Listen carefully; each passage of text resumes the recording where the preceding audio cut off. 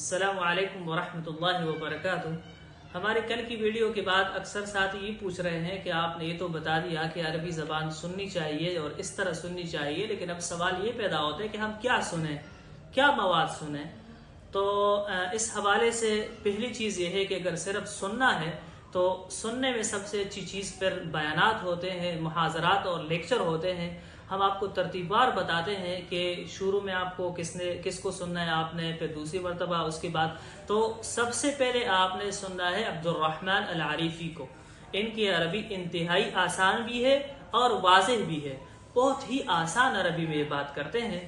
تو سب سے پہلے آپ ان کو سنیں، مہینہ دو مہینہ جب آپ یہ سمجھ لیں گے، اس کے بعد دوسری مرتبہ آپ سنیں۔ اس کے بعد عبد الرحمن الباہلی، عبد الرحمن الباہلی بہت ہی اچھے بیانات کرتے ہیں اور ان کے بیانات اخلاقی موضوعات پر ہوتے ہیں، والدین کے حقوق، پڑوسیوں کے حقوق اور معاشرے کے مختلف مسائل اور حقوق کے حوالے سے ان کے بیانات ہوتے ہیں۔ جمعہ کے بیانات ہوتے ہیں لیکن انتہائی بہترین ہوتے ہیں۔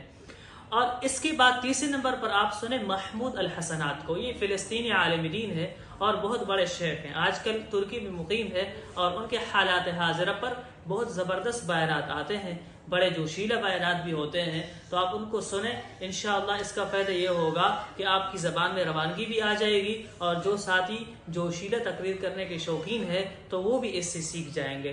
چوتھے نمبر پر اور آخری نمبر پر عرب کے ایک عظیم خطیب، ایک بڑے خطیب، فصیح العرب والحجاز، الشیخ علی عبد الخالق القرنی۔ ان کے خطبات علم کا، ادب کا اور فن کا خزانہ ہے۔ ان کے اندر آپ کو ادب بھی ملے گا، بلاغت بھی ملے گی، فصاحت بھی ملے گی، بدیع بھی ملے گا، معانی بھی ملے گا، سب کچھ ان کے بیانات پہ آپ کو ملے گا۔ بظاہر تو میری یہ بات آپ کو شاید مبالغہ نظر آ رہی ہو، لیکن جس وقت آپ ان کے بیانات سنیں گے تو آپ انشاءاللہ اس بات کا اقرار کیے بغیر نہیں رہ سکیں گے۔